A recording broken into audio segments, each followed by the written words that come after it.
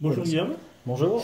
présentez-nous un petit peu alors ce serpent qui était un petit peu la star d'une histoire médiatique il y a quelques jours. Alors je vous présente Ududu, qui est donc un serpent des blés qui a 4 ans et qu'on a acquis il y a un an à peine.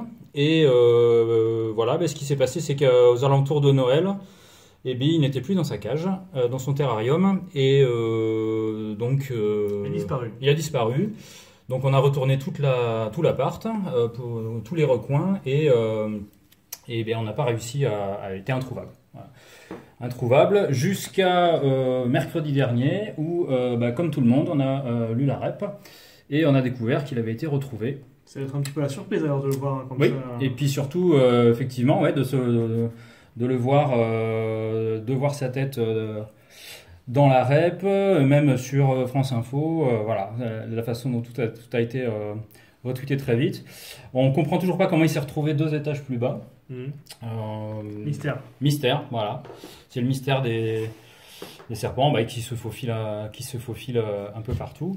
Alors les serpents, des fois ça peut faire un petit peu peur au grand public. Alors là, c'est une espèce qui est totalement inoffensive. Expliquez-nous un Alors petit c'est une couleuvre, effectivement. C'est absolument inoffensif. Ça n'a pas de croc. C'est très placide.